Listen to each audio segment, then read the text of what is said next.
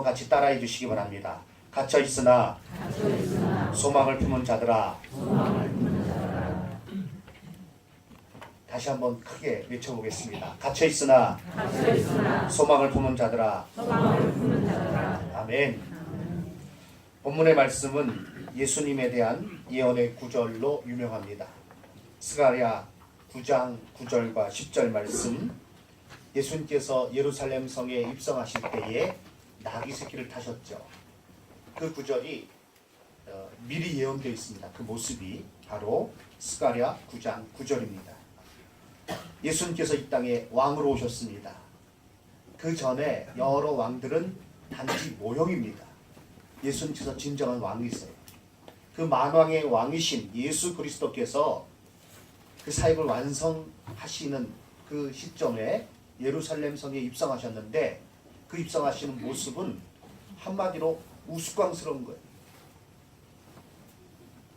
사람들, 아무도 알아주지 않는 권력 없는 사람들, 가난하고 비천한 사람들, 그런 사람들이 모여들었고, 그리고 그 길에 그들의 옷을 깔았습니다. 그건 누더기예요. 화려한 카펫이 아닙니다. 그리고 사람들은 종려나무 가지를 들고 흔들었습니다. 마땅히 흔들 게 없으니까 종려나무 가지를 들고 흔든 거예요. 앞에 의장대도 없습니다. 군악대도 없습니다.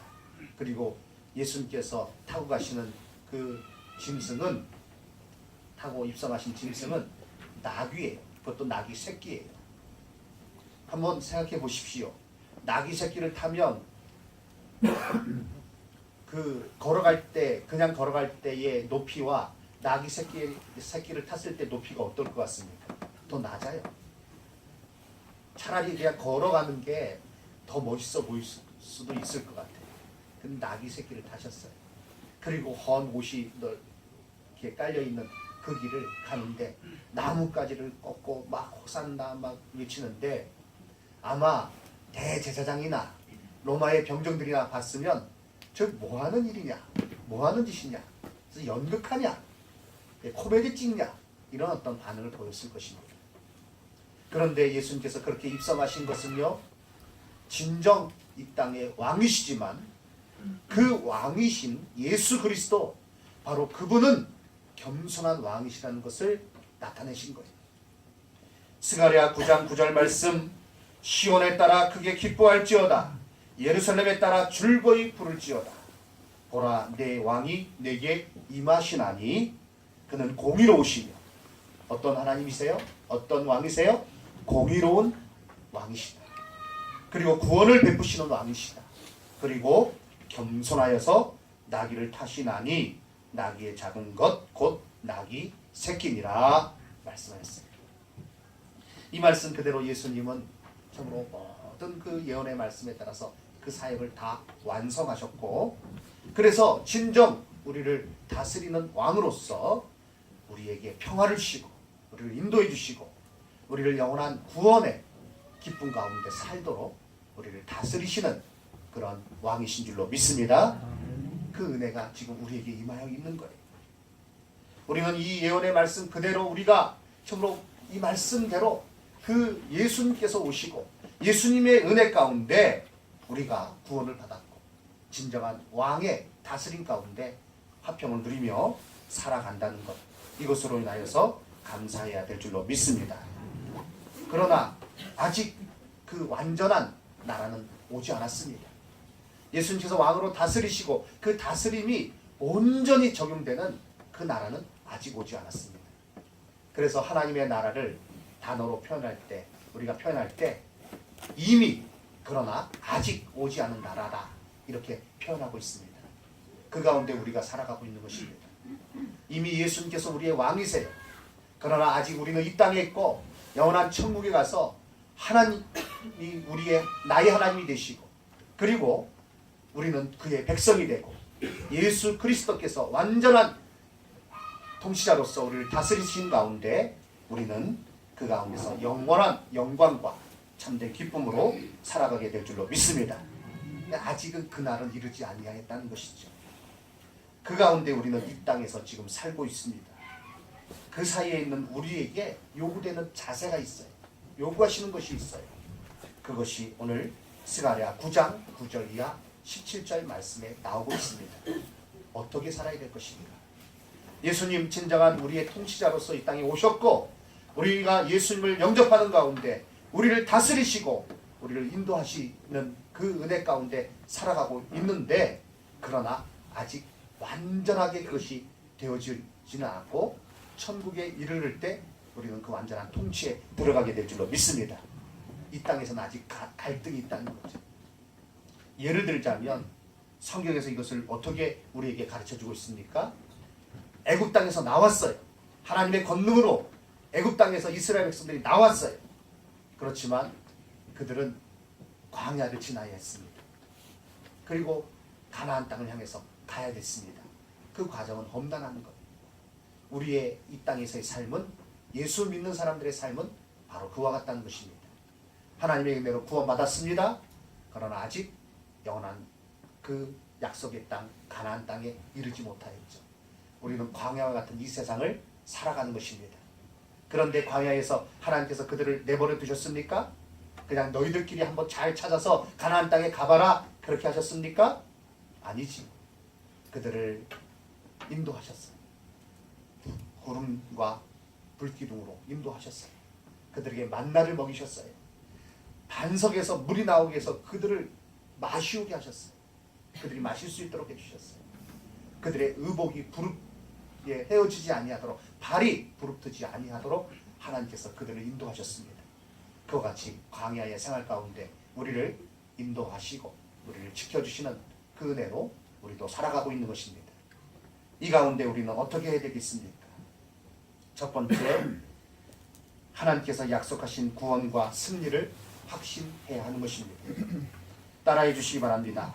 하나님께서 약속하신 구원과 승리를 확신해야 합니다. 아멘. 이것이 예수 그리스도를 나의 왕, 나의 주라고 고백하는 자들이 반드시 가져야 할 그 마음의 다짐, 마음의 태도예요.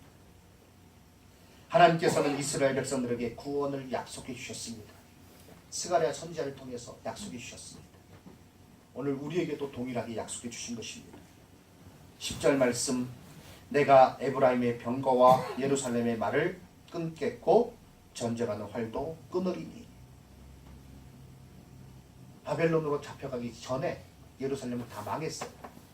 그들 가운데 병거가, 그들 가운데 말이, 적군의 병거와 적군의 말이 그 거리를 지나가는 거예요. 그래서 많은 사람을 죽이고 많은 사람을 사로잡아가고 예루살렘은 폐허가 되고 말았습니다. 이제 하나님께서 그 폐허 가운데 있는, 그 다시 돌아왔지만 비참한 가운데 있는 거예요. 그들에게 말씀하십니다. 내가 에브라임의 병거와 예루살렘의 말을 끊겠고 전쟁하는 활도 끊어버리겠다. 11절, 내가 내 갇힌 자들을 물 없는 구덩이에서 놓았나니 내가 너희들을 그 구덩이에서 구원해낼 것이다. 이 모든 약속의 말씀, 스가랴 선지자를 통해서 주신 것은 그들로 하여금 지금 힘들고 어려운 상황 가운데 있지만 하나님의 약속을 믿고 의지하는 가운데 좌절하지 말아라, 이렇게 그 약속의 말씀을 주신 것입니다. 그렇습니다. 유혹과 시험이 많은 세상을 우리가 살고 있습니다. 이 세상에서 믿음의 사람들이 흔들리지 아니하고 살아가려면 딱 한 가지 방법입니다. 주의 말씀, 주님의 약속을 마음에 새겨야 됩니다. 많은 일들이 벌어져요. 예상치 못하는 많은 일들이 우리에게 다가옵니다. 갑작스러운 질병이 나게 다가오기도 하고요. 또 예기치 못한 사고도 내게 다가오기도 합니다. 정말 순간이에요. 어제 제가 오전에 이제 교회 현장에 갔다가 아침 10시에 교육자 회의하기 위해서 교회 쪽으로 오고 있었습니다. 성지병원 그 안쪽에 그 좁은 골목에, 그 골목을 통해서 이렇게 올라오고 있었는데, 성지병원 그 입구에 그 이제 삼거리죠. 예. 거기서 뭐 아치 하는 순간이더라고요. 브레이크를 딱 밟았는데, 근데 그 차가 추돌을 했어요. 콕 하면서 저는 앞반파가 깨지고 그 차는 옆구리가 찌그러지고 예. 정말 순간이더라고요. 그래서 제가 보니까 교통사고는 타이밍이에요. 이게 내가 아무리 조심한다고 해도 어쩔 수 없는 그런 때가 있더라고요. 하기야 뭐 가만히 서 있는데도 와서 덮치는 경우도 있지 않습니까? 그러니까 정말 순간이에요. 그러면서 제 생각에 드는 생각은 정말 하나님께서 지켜주셔야 된다. 예. 제가 뭐 다치지 않았어요. 근데 그때 정현미 집사님께서 그 병원에 진료받으러 오셨어요. 그래가지고 막 저보고 막 걱정이 돼가지고 목사님 괜찮으시냐고. 보다 성도님들이 보시는 바와 같이 괜찮습니다. 괜찮은데 이상하네요. 그 참 그런 일이 생기면 왜 이렇게 또 여러 군데서 전화가 오는지 쓸데없는 전화가 그 사고 처리하기 바쁜데 갑자기 막 전화가 막 오는 거예요. 무슨 뭐 AS 맡긴 데서 전화가 오고 뭐 어디서 전화가 오고 어디서 전화가 오고 그래서 집사님 뵈고 인사하랴 또 뭐 사고 처리하랴 그 전화 받으랴 예, 좀 이따 전화 드리겠습니다. 제가 잠시 좀 사정이 있어서 다시 전화 드리겠습니다. 야 이게 막 엎친데 덮친다 라는 말이 있는데 경험 다 하셨을 거예요. 뭔가 아무 일이 없을 때는 그냥 괜찮은데 한번 일이 터지고 나니까 여기서 터지고 여기서 터지고 아니 순식간에 이렇게 왜 몰리는지. 장사하시는 분도 그러시더라고요. 음식 장사 같은 거나 뭐 장사하실 때 좀 이렇게 천천히 좀 이렇게 순서 맞춰서 들어오면 다 이렇게 드릴 수 있을 텐데 잘 서비스할 수 있을 텐데 몰릴 때 콱 몰린다는 거예요. 그리고 놀 때는 정말 아무도 없다는 거죠. 박철재 권사님도 그러실 것 같아요. 아니 사람들이 좀 순서 맞춰서 시간표대로 들어오면 좋겠는데 왜 올 때는 막 몰려오고 왜 안 올 때는 안 오게. 우리의 삶에 그런 일이 많다는 거죠. 그런데 그런 일을 어려운 일을 만났을 때 하나님의 약속의 말씀이 그 심령 가운데 있느냐? 그렇지 않느냐? 그가 하나님의 구원의 약속을 붙들고 있는 자인지 아니면 그렇지 않은 자인지 너무 차이가 날 수밖에 없어요. 사랑하는 성도 여러분, 사단은 여러 가지 시험을 통해서 어려움을 통해서 우리를 넘어뜨리려고 합니다. 그러나 거기에 넘어지지 말고 하나님의 약속의 말씀을 붙드는 가운데 구원의 확신과 승리의 확신을 가지는 가운데 담대하게 이겨내시기를 주님의 이름으로 축원합니다. 하나님께서 지켜주세요. 하나님 믿고 의지하는 자, 기도하는 자 하나님께서 반드시 지켜주세요. 그 약속의 말씀을 붙들어야 돼요. 그렇지 않으면 넘어집니다. 넘어지면요 매우 큰 타격을 입습니다. 주의 약속의 말씀을 붙들고 절대로 넘어지지 아니하는 사단의 유혹에 빠지지 아니하는 어려움이 있어도 인내로서 인내할 수 있는 것은 하나님의 약속을 붙들어야 인내할 수 있습니다. 인내하시는 우리 성도님들 되시기를 주님의 이름으로 부탁드립니다. 오늘 스가랴 9장에서 그것을 계속 말씀하고 있어요. 내가 에브라임의 병거를 끊어버리겠다. 예루살렘의 말을 끊어버리겠다. 전쟁에 하는 활도 끊어버리겠다. 내가 구덩이에 있는 물 없는 구덩이라는 것은요 그들이 이제 아주 비참한 상황 가운데 감옥에 한마디로 그 감옥에서 내가 너희들을 건져주겠다라고 말씀하십니다. 다니엘의 세 친구는요 뜨겁게 타오르는 풀무 앞에서 그들은 담대했습니다. 주께서 우리를 구원하실 것입니다. 그리 아니하실지라도 우리는 왕의 신상에 절하지 않겠습니다. 그들이 그렇게 담대하게 고백할 수 있었던 것은 바로 하나님께서 구원해 주실 것을 확신한 그 약속을 굳게 믿었기 때문이에요. 그것이 지금 당장 불길 가운데 타 죽는 그런 일이 자기에게 있다 할지라도 그러나 하나님께서 온전히 구원해 주시는 것. 그러면 나는 영원한 천국에 간다. 영원한 하늘나라에 간다. 라는 그 확신이 있었기 때문에 그와 같이 담대하게 고백할 수 있었던 것입니다. 다니엘의 세 친구가 특별히 담력이 뛰어나서 어렸을 때도 용맹무쌍해서 그런 게 아니에요. 그들은 포로의 신분입니다. 그러나 하나님 약속의 말씀 의지했을 때 왕의 진미를 물리칠 수도 있었고요. 뜨겁게 타오르는 풀무 앞에서 담대하게 믿음으로 고백할 수 있었던 것입니다.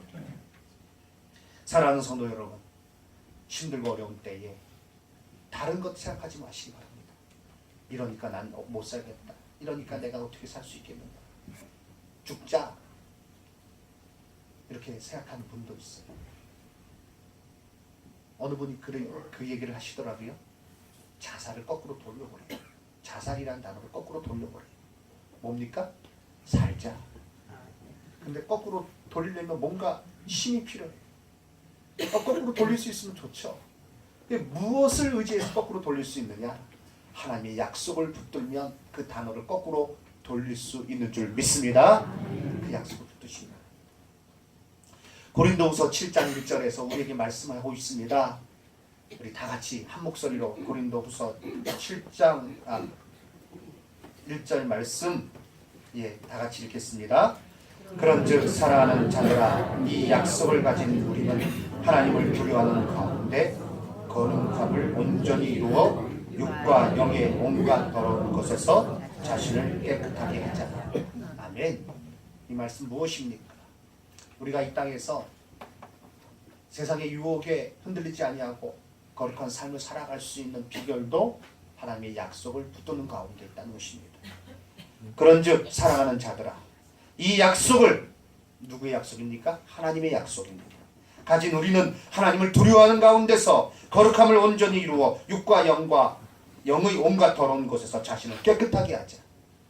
하나님의 약속을 붙들면 유혹에 넘어가지 않습니다. 하나님의 그 구원의 확신, 하나님께서 나를 지켜주시는 이 확신이 있으면 우리는 세상의 세속에 물들지 아니하고 거룩함을 이루며 살아가게 될 줄로 믿습니다. 두 번째, 오늘 우리가 이 세상에서 하나님께서, 예수님께서 우리의 왕이세요. 그 통치 아래 있어요. 그러나 그것이 온전히 이루어지는 때는 아직 오지 않았다 말씀드렸습니다. 그 가운데 우리가 가져야 될 그 모습은 무엇인가? 갇혀 있으나 소망을 품은 자가 되어야 합니다. 따라해 주시기 바랍니다. 갇혀 있으나 소망을 품은 자가 됩시다. 아멘. 오늘 본문 12절 말씀 보면 12절을 한번 띄워주십시오. 본문 12절. 제가 읽겠습니다. 본문 12절 말씀 한번 보시면, 갇혀 있으나 소망을 품은 자들아, 너희는 요새로 돌아올지니라. 내가 오늘도 이르노라. 내가 내게 갑절이나 갚을 것이라. 이렇게 말씀하고 있습니다. 여기 본문 12절에 갇혀 있으나 소망을 품은 자들이란 이 단어는요, 이게 전혀 어울리지 않는 두 개의 단어예요. 갇힌 자, 죄수, 감옥 속에 있는 사람, 수감자, 프리즈너, 그리고 희망, 소망, 호프. 그런데 이 단어가 여기서 같이 나오고 있어요. 영어 성경에는 너무나 명확해요. Prisoners of Hope. 희망의 수감자. 이게 무슨 말인가? 이 구절은 두 가지로 생각할 수 있습니다. 첫 번째, 하나님의 백성인 우리들의 정체성입니다. 너희가 지금은 갇혀 있지만 그러나 너희들은 소망이 있는 자다. 지금 이스라엘 백성들의 어려운 현 주소를 말하고 있어요. 그렇지만 내가 너희를 지키기 때문에 너희들은 소망의 백성이다. 이것을 말씀해 주는 거예요. 사랑하는 성도 여러분, 우리가 이 땅에서 어렵고 힘든 일을 만나지만 그러나 우리에게 하나님의 약속이 있기에 우리는 갇혀 있으나 소망이 있는 자인 줄로 믿습니다. 두 번째는요, 이것은 무엇을 우리에게 말씀해 주고 있는 것입니까? 하나님의 백성들이 가져야 될 태도인 것입니다. 사방이 막혀있는 곳에 있다 할지라도 소망을 품어야 합니다. 그것을 권고하시는 거예요. 그리고 그 갇힌 곳에서 나와서 요새로 돌아오라라고 말씀하고 있습니다. 이것이요, 메시지 성경이라고 있는데 거기에서는요, 집으로 돌아오라 이렇게 되어 있어요. 예루살렘을 말하는 거예요. 하나님의 임재가 있는 그곳, 하나님께서 주신 사명이 있는 그곳으로 돌아올 것을, 본향집으로 돌아오라는 것입니다. 우리는 어떻습니까? 어렵다고 해서 우리는 하나님께 대한 믿음을 잃어버리고 소망을 품지 못하고 그저 앞날만 바라보면서 참 힘들다. 내 삶은 왜 이렇게 힘드냐? 내 삶은 왜 이렇게 어렵냐? 왜 나에게 이런 고난이 계속 다가오냐? 나는 왜 이렇게 불행하냐? 이런 가운데 불평과 짜증과 그리고 남을 향한 원망으로만 살아가고 있지 않습니까? 이것은 비극입니다. 하나님의 약속을 붙들지 않는 가운데 그는 참으로 좌절되는 삶을 살 수밖에 없는 것. 갇혀있으나 소망을 품은 자들아, 우리의 정체성을 말씀해 주시는 것뿐 아니라 우리가 가져야 될 삶의 태도를 말씀해 주고 있는 거예요. 사랑하는 성도 여러분, 참으로 우리 주변에 사망으로 막혀있다 할지라도 하나님을 향하고 하늘을 향하는 가운데 소망을 잃지 않고 살아가시는 저와 여러분 되기를 주님의 이름으로 축원합니다. 너는 이렇게 어려운데 어떻게 말이 그렇게 긍정적이냐? 너는 힘든데 왜 내 얼굴에서 미소가 떠나지 않느냐? 누군가 나에게 물어볼 때 하나님 주시는 소망이 내게 있기 때문이다. 그 소망이 나를 웃게 한다. 그 소망이 나로 하여금 항상 밝은 빛을 향해서 나아가도록 나를 이끈다. 고백할 수 있어야 됩니다. 시편 71편 12절 말씀 14절까지의 말씀 보면 하나님이여 나를 멀리하지 마소서. 나의 하나님이여 속히 나를 도우소서.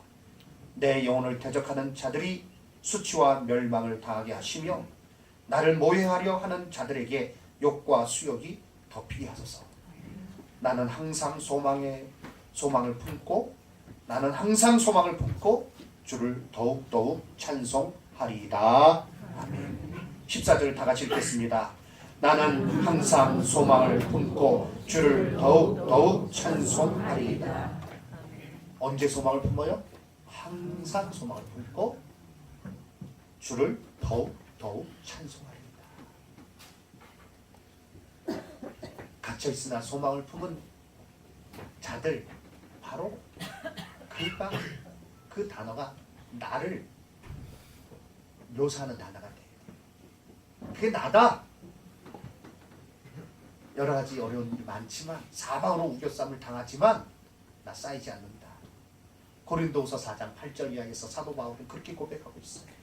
우리가 사방으로 우겨쌈을 당하여도 쌓이지 아니하며 답답한 일을 당하여도 낙심하지 아니하며 박해를 받아도 버림받지 아니하고 거꾸로 엎드림을 당하여도 망하지 아니하고 우리가 항상 예수의 죽음을 몸에 짊어짐은 예수의 생명이 또한 우리 몸에 나타나게 하려 함이니라.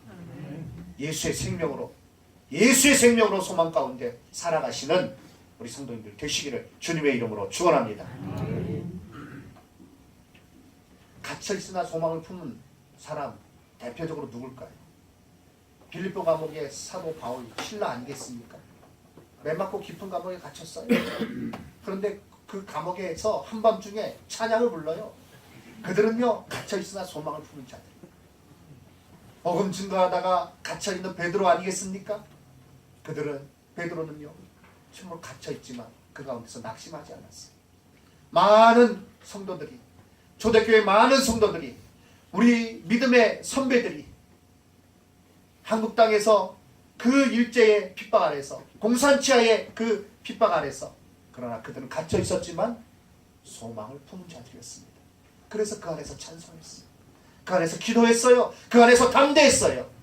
우리는 어떠합니까? 조그만 일에도 넘어지고 흔들리지 않습니까?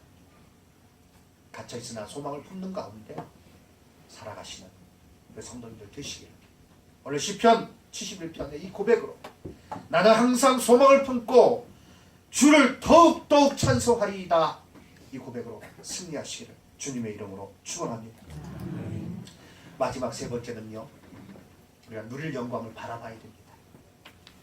하나님께서는 그 말씀대로 돌아온 자들, 요새로 집으로 돌아온 자들에게 승리와 영광을 주십니다. 하나님께서 그들을 호위하신다고 말씀하고 있어요. 호의가 뭐예요? 대통령 이렇게 어디 이제 행사할 때 보면 뭐 공식 행사 때도 그렇고 뭐 그렇지 않을 때도 그래요. 외국에서 귀빈이 온다, 대통령이 온다 그러면 어떻습니까? 앞에 막 오토바이 사이카들이 그냥 쫙 가죠. 그리고 행렬이 굉장히 깁니다. 주변에는요 또 차들이 비슷한 똑같은 차들이에요. 그것이 막 같이 달려가요. 어느 차에 대통령이 탄지 모르게 하는 거예요. 그 차들은 전부 다 아주 특별한 장치가 되어 있는 차들이에요. 요즘 이제 미국에서 대통령이 이제 바뀌면서 그 기사를 읽었습니다. 미국 대통령 전용 차 리무진 캐딜락 그걸 갖다가 비스트라고 이렇게 애칭으로 부른대요. 왜 비스트인가? 짐승이라는 뜻이 짐승. 근데 승용차인데 정말 무식한 거. 무게가 뭐 10톤이 넘는다고 합니다. 방탄 뭐 모든 차체가 방탄돼 있을 뿐 아니라 바닥까지도 방탄이 돼 있고요. 뭐 타이어가 펑크가 나도 뭐 80km 이상 달릴 수 있고 그 안에 온갖 그 생화학 무기로 공격을 해도 그걸 다 정화시킬 수 있는 시스템까지 있대. 그러니까 굉장히 무겁다고 해요. 그런 차가 세 대씩이나 이렇게 제작이 돼서 같이 간다는 거예요. 근데 대통령 새로 되면 새로 제작을 한대. 그 이전 차는 다 폐기시킨대. 야, 참 부자 나라라서 그렇게 하는가 보다 이런 생각이 들었습니다. 그런데 호위하는 그런 거, 우리나라 대통령도 마찬가지죠. 호위하는 거예요.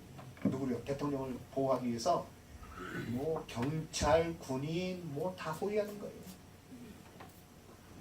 하나님께서 그 백성을 호위하신다. 그래서 승리케 하신다. 그 나라로 이끄신다. 뿐만 아니라 구원의 기쁨과 영광을 누리게 하는 것입니다. 16절 말씀, 16절, 17절 말씀을 제가 읽겠습니다. 화면에 한번 띄워주시기 바랍니다. 이날에 그들의 하나님 여호와께서 그들을 자기 백성의 양떼같이 구원하시리니 그들이 왕관의 보석같이 여호와의 땅에 빛나리로다. 그의 형통함과 그의 아름다움이 어찌 그리 큰지 곡식은 청년을 세포도는 처녀를 강건하게 하리라 말씀하고 있습니다. 하나님께서 그렇게 영광스럽게 해주시겠다는 거예요. 이 약속의 말씀을 스가랴 선지자를 통해서 주십니다. 왜요? 그걸 바라보고 힘을 내어서 용기를 내어서 살아가도록 하게 하기 위함입니다. 그냥 뻥치는 게 아니에요. 애들 말고 그냥 한번 던져보는 게 아니에요. 실제로 하나님께서 그렇게 하시겠다는 겁니다. 이 말씀 들으면서요 주일학교 때 불렀던 찬양이 기억이 났어요. 이제 말씀을 우리가 찬양할 건데요.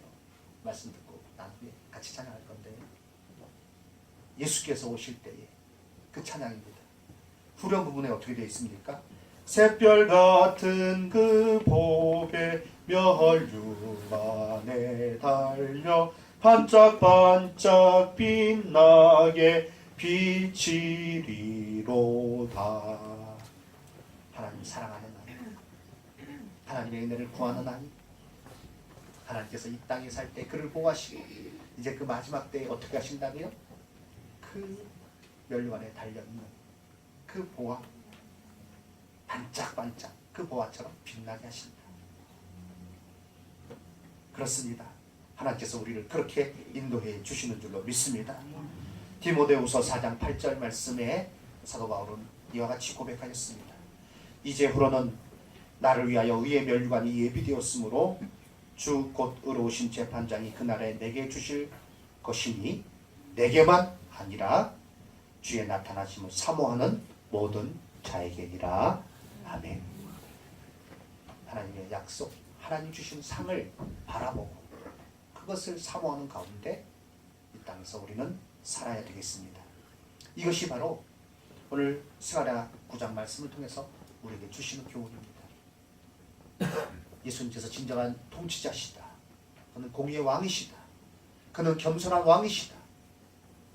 그 예수 그리스도로 말미암아 우리에게 참된 화평이 찾아옵니다. 화평을 주시는 분이시다. 그렇지만 아직 그것이 이루어지지 않았어요. 예언의 말씀이에요. 오늘 이 말씀이 또한 우리에게 주어져 있고 아직 그것이 완전하게 이루어지진 않았어요. 그렇지만 그 가운데 우리가 어떻게 해야 되는가? 그 약속의 말씀을 먼저 구원을, 승리를 확신해야 되는 것이에요. 두 번째로 갇혀있으나 소망을 품은 자들아 라고 이 말씀하신 부분을 이게 내 말씀이구나, 이게 나를 가르쳐서 주시는 말씀이구나, 그것을 나의 것으로 삼아야 되고, 그리고 하나님께서 너희를 그 면류관에 달려있는 보석과 같이, 그 왕관의 보석과 같이 빛나게, 여호와의 땅에서 빛나게 할 것이다. 이 약속의 말씀을 바라보는 가운데 그대로 이루어지는 거예요. 하나님의 약속은 그대로 이루어지는 거예요. 그래서 혼란한 세상에 사단은요, 그 세상에 묻히게 만들어요. 그 세상의 근심과 염려와 걱정 가운데 휩쓸려서 살아가게 만들어요. 그러나 하나님 말씀 의지하는 가운데, 그 약속의 말씀을 믿고 그 상급을 바라보는 가운데 굳세게 서서 하나님의 영광을 드러내며 복된 삶을 사시는, 그 은혜가 어떤 것인지, 그 믿음이 어떤 것인지 이걸 증거하는 삶이 돼야 돼요. 교회에서는 그리스도인이고 나가서는 뭐 전혀 아니고, 이것은 잘못된 신앙생활이죠. 참으로 하나님의 은혜가 어떤 것인지 밝히 드러내며 살아가시는 그 소망을, 세상 가운데 참된 소망을 선포하시며 살아가시는 우리 성도님들 되시기를 주님의 이름으로 축원합니다. 아멘.